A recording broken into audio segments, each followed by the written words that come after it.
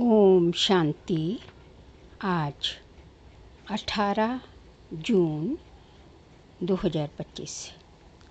आज के ईश्वरीय महावाक्यों में हमारे परमपिता परमात्मा शिव कहते हैं, मीठे बच्चे, ये रुद्र ज्ञान यज्ञ स्वयं रुद्र भगवान ने रचा है। इसमें तुम अपना सब कुछ स्वाहा करो, क्योंकि अब घर चलना है। ये रुद्र ज्ञान यज्ञ स्वयं रुद्र भगवान ने रचा है। इसमें तुम अपना सब कुछ स्वाहा करो, क्योंकि अब घर चलना है। प्रश्न: संगम युग पर कौन सा वंडरफुल खेल चलता है? उत्तर: भगवान के रचे हुए यज्ञ में ही असुरों के विघ्न पड़ते हैं। ये भी संगम पर ही वंडरफुल खेल चलता है। ऐसा यज्ञ फिर सारे कल्प में नहीं रचा जाता। ये है राजस्व अश्वमेघ यज्ञ, स्वराज्य पाने के लिए इसमें ही विघ्न पड़ते हैं। ओम शांति। तुम कहाँ बैठे हो? इनको स्कूल अथवा यूनिवर्सिटी भी कह सकते हो। विश्वविद्यालय है जिसकी ईश्वरीय ब्रांचेस हैं। बाप ने बड़े ते बड़ी यूनिवर्सिटी खोली है। शास्त्रों में रुद्र यज्ञ नाम लिख दिया है। इस समय तुम बच्चे जानते हो, शिव बाबा ने ये पाठशाला अथवा यूनिवर्सिटी खोली है। ऊंचते ऊंच बाप पढ़ाते हैं। ये तो बच्चों की बुद्धि में याद रहना चाहिए। भगवान हमको पढ़ाते हैं। उनका ये यज्ञ रचा हुआ है। इसका नाम भी बाला है। राजस्व अश्वमेघ रुद्र ज्ञान यज्ञ। राजस्व अर्थात स्वराज्य के लिए। अश्वमेघ ये जो कुछ भी देखने में आता है उन सबको स्वाहा कर रहे हैं। शरीर भी स्वाहा हो जाता है। आत्मा तो स्वाहा हो नहीं सकती। सब शरीर स्वाहा हो जाता है, बाकी आत्माएं वापस भागेंगी। ये है संगम युग। बहुत आत्माएं भागेंगी, बाकी शरीर खत्म हो जाएंगे। ये है सब ड्रामा। तुम ड्रामा के वश चल रहे हो। बाप कहते हैं, हमने राजस्व यज्ञ रचा है। ये भी ड्रामा प्लान अनुसार रचा गया है।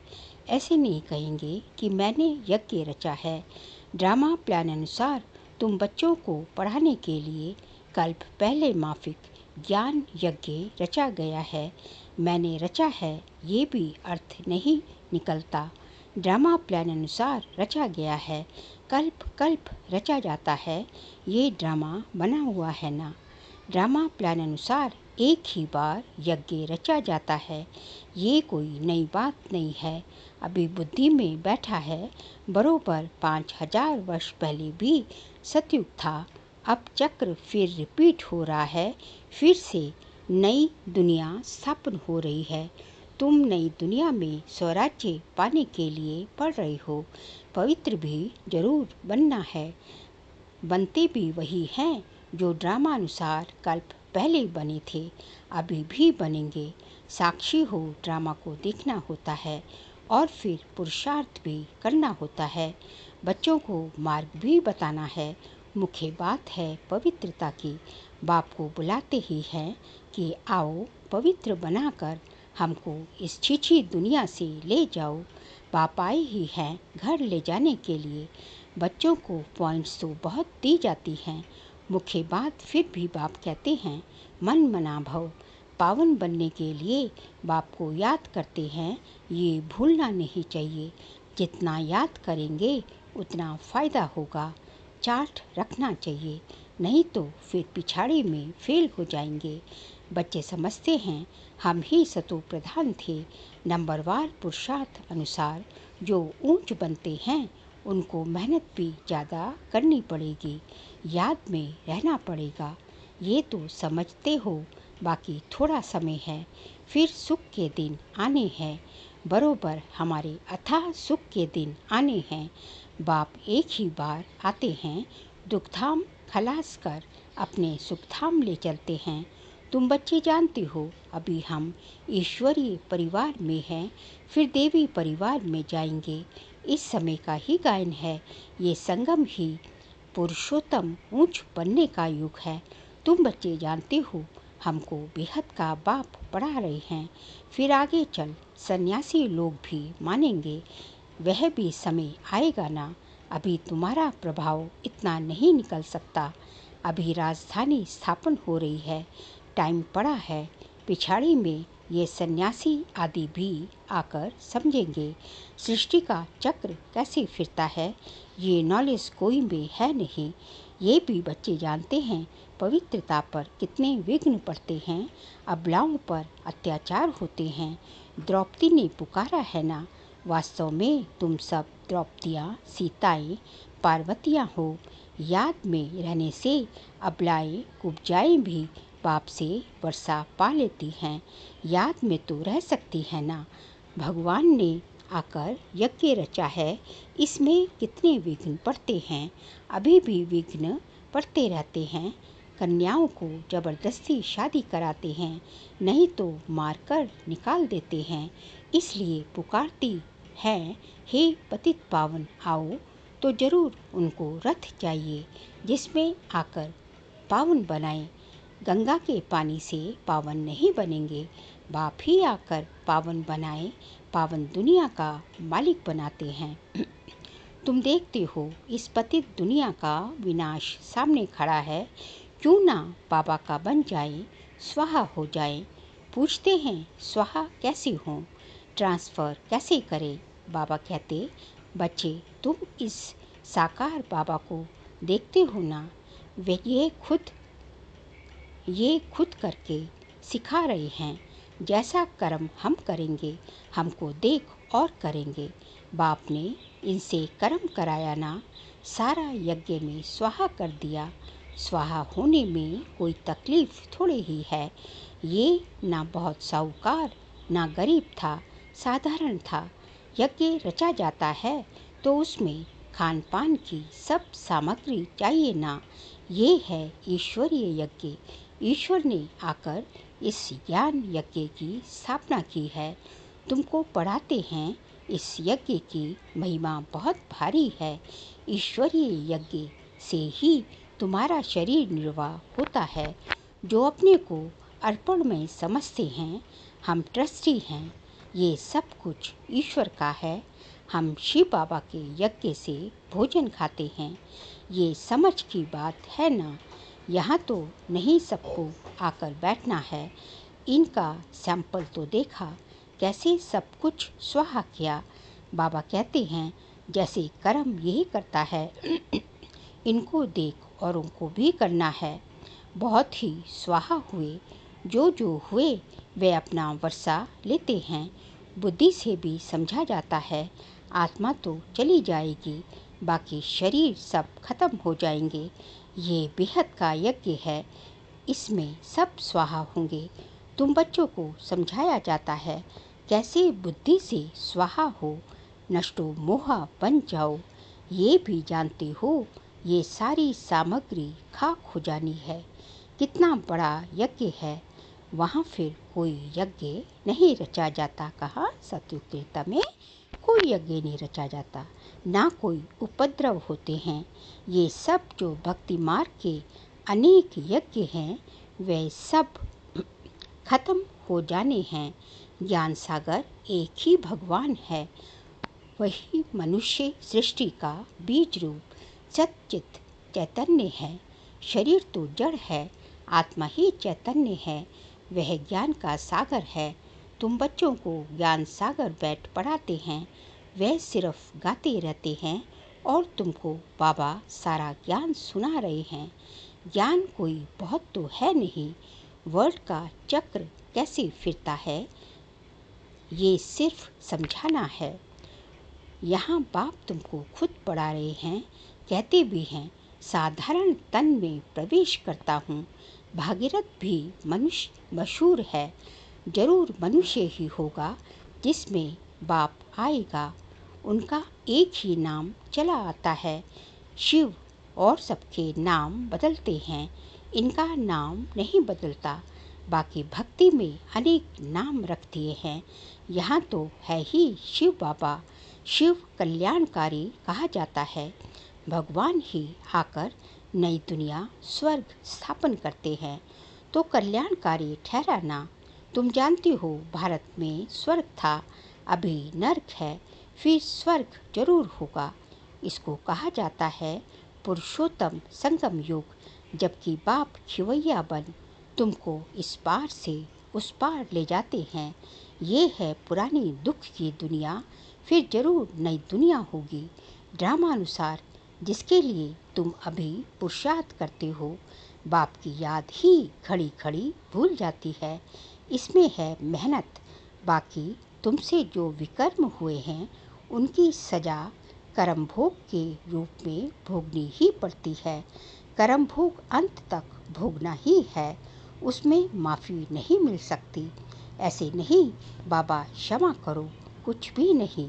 ड्रामानुसार सब होता है, क्षमा आदि होती ही नहीं। हिसाब किताब चुकतू करना ही है। तमो प्रधान से सतो प्रधान बनना है। इसके लिए श्रीमत भी मिलती है। श्री श्री शिव बाबा की श्रीमत से तुम श्री बनते हो। ऊंचते ऊंच बाप तुमको ऊंच बनाते हैं। तुम अभी बन रहे हो। अभी तुमको स्मृति आई है।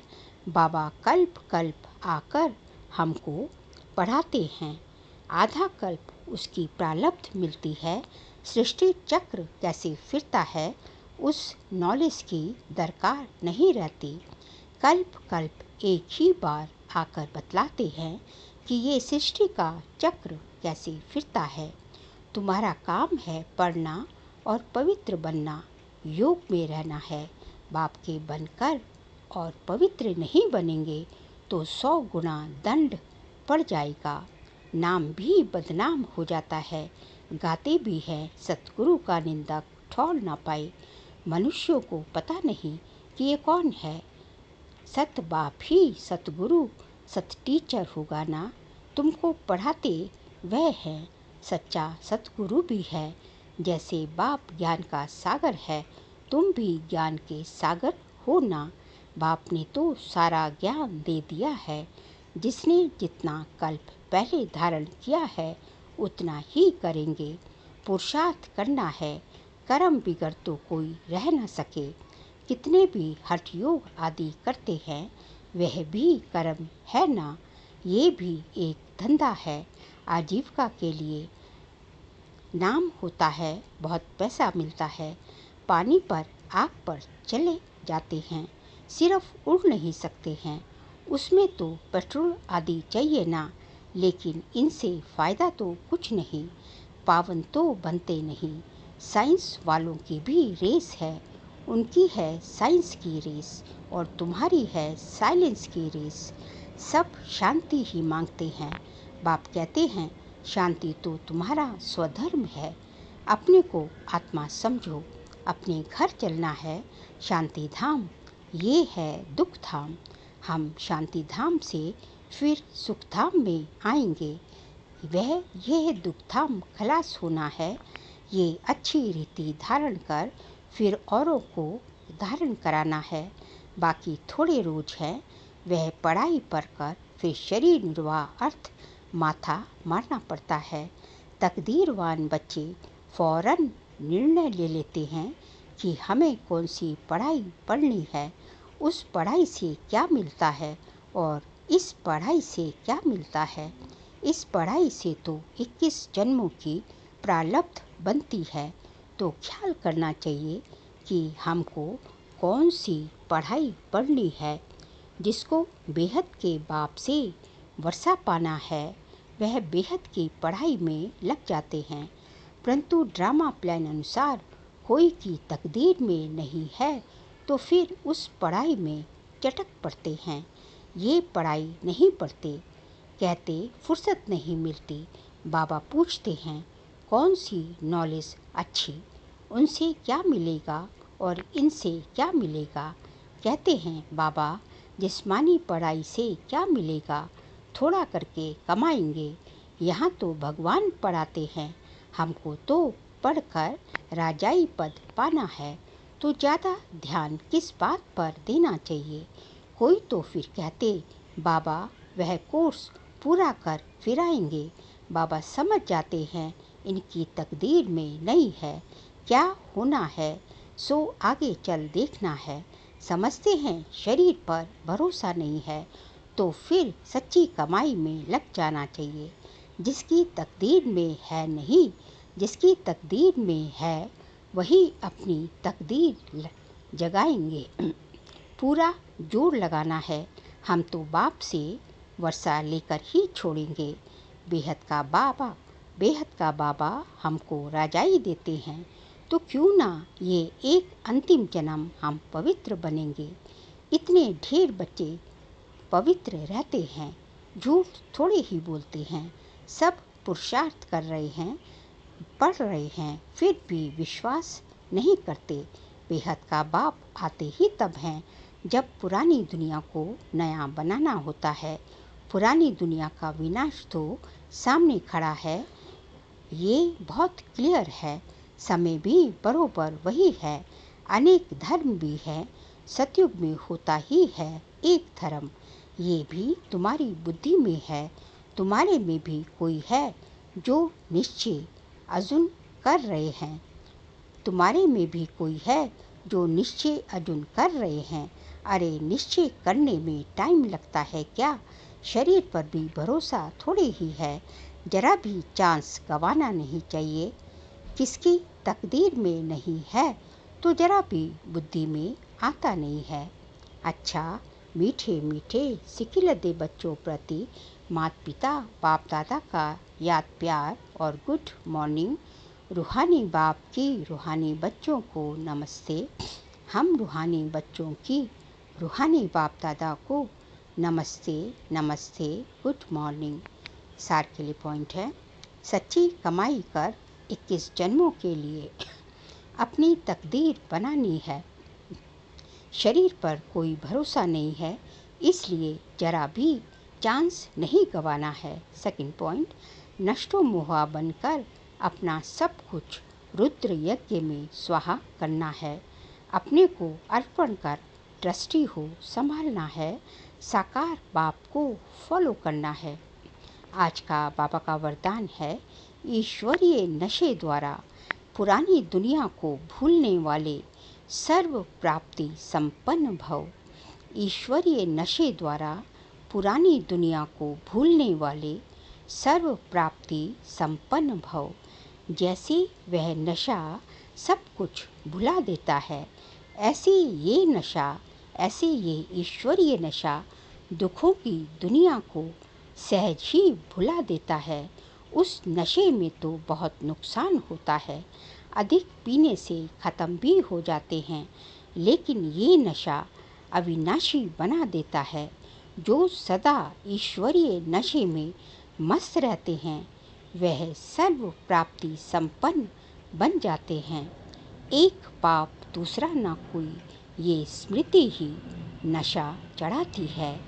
इसी स्मृति से समर्थी आ जाती है। स्लोगन है, एक दो को कॉपी करने के बजाय बाप को कॉपी करो। एक दो को कॉपी करने के बजाय बाप को कॉपी करो। बाबा कहते हैं कि हमें जो है follow father mother not brother sister, हमें आपस में भाई बहनों को कॉपी नहीं करना है, केवल माता पिता को कॉपी करना है। फिर जून मास का अव्यक्त इशारे का सब्जेक्ट है, आत्मिक स्थिति में रहने का अभ्यास करो, अंतर्मुखी बनो। आज का पॉइंट है, अंतर्मुखी रहने वाले ही हर ज्ञान रतन की गुह्यता में जा सकते हैं। ज्ञान की हर पॉइंट का राज क्या है और किस समय किस विधि से उसे कार्य में व सेवा में लगाना है, इस तरह से उस पर मनन करते उस राज के रस में चले जाओ तो नशे की अनुभूति कर सकेंगे। बाबा कहते हैं कि जितना जो अंतर्मुखी रहेगा उतना जो है ज्ञान रत्नों की गुह्यता में जा पाएगा, और ज्ञान के हर पॉइंट का राज क्या है, उसका किस तरह जो है किस समय किस विधि से उसे कार्य में व सेवा में लगाना है, इस पर जो है मनन करते वह जो है उस पॉइंट के राज की गुह्यता में जाने के कारण उसका रसपान कर पाएगा और फिर उसको नशे की अनुभूति होती जाएगी। इसलिए ज़रूरत है, किस बात की ज़रूरत है? अंतर्मुखी बनने की।